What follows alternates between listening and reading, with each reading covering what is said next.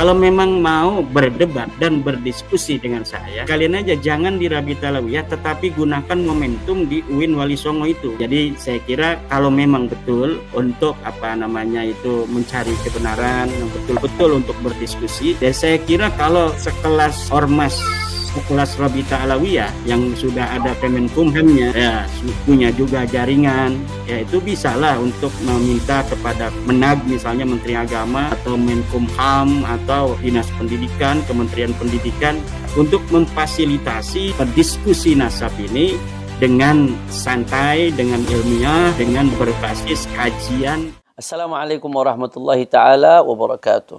Alhamdulillah wassalatu wassalamu ala rasulillah Sayyidina Muhammad ibn Abdullah wa ala alihi wa sahbihi wa man wala, amma ba'd. Ahiba'il kiram, kita telah sama-sama mengetahui bahwasanya Ar-Rabitatul Alawiyah sebagai wadah resmi Sadah Al-Abi Alawi telah mengirimkan surat kepada saudara Imaduddin bin Sam'un, undangan, ajakan untuk berdiskusi, membedah pemikiran Imad bin Sam'un terkait pembatalan nasab Sadah Al-Abi Alawi sebagai dzurriyyah Nabi sallallahu alaihi wasallam pada tanggal 7 September 2024 hari Sabtu di gedung Ar-Rabitatul Alawiyah. Undangan ini direspon oleh Imad dalam salah satu podcast, dalam salah satu video, dengan berbagai alasan. Seperti biasa dia berusaha mengeles dan dia berusaha mengalihkan supaya diskusi ini dilakukan di UIN Wali Songo pada tanggal 10 September 2024.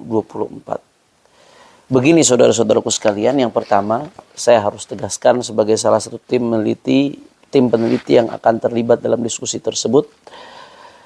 Saya harus menegaskan yang pertama, kenapa di Rabitatul Alawiyah Imad bin Sam'un meneliti dan membatalkan nasab Sadah Al-Abi Alawi.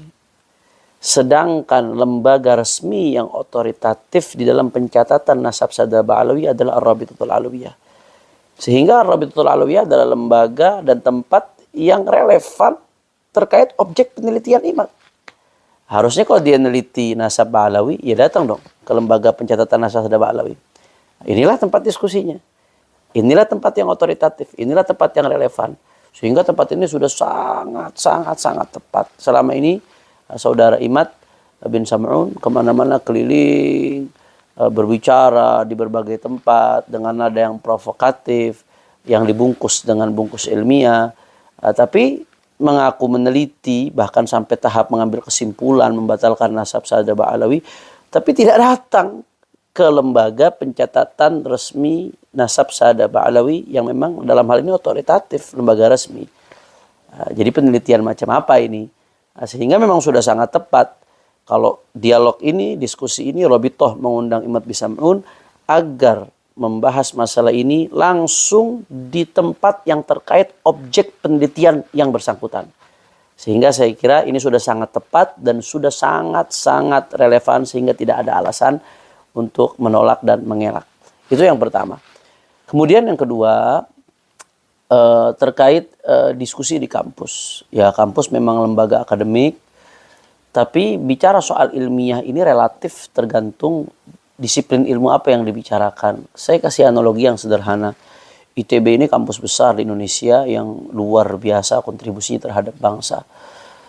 Tapi kalau bicara penelitian syariah di ITB, ya nggak ilmiah dong, nggak relevan, bukan tempatnya.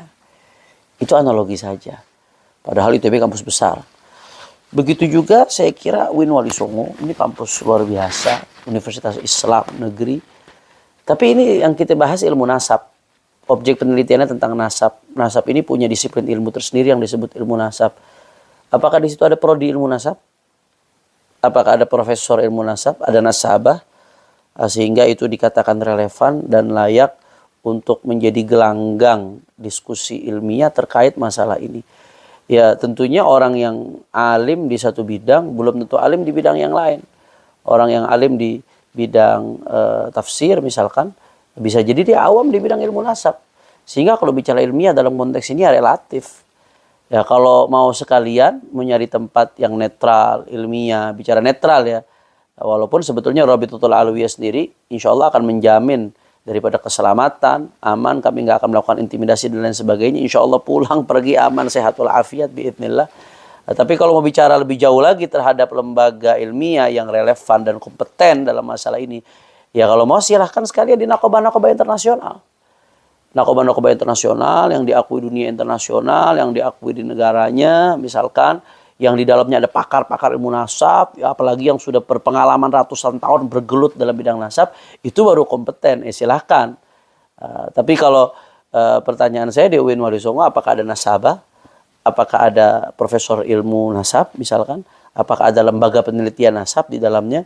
Walaupun ya dia lembaga akademik, punya kompetensi dalam bidang ilmu agama di berbagai disiplin ilmu lainnya, tapi spesifik pembahasan ini adalah bidang ilmu nasab, sehingga ilmiah itu sifatnya relatif, tergantung tempat di mana diskusi ini dijalankan, harus sesuai dengan disiplin keilmuan yang sedang kita bahas ini.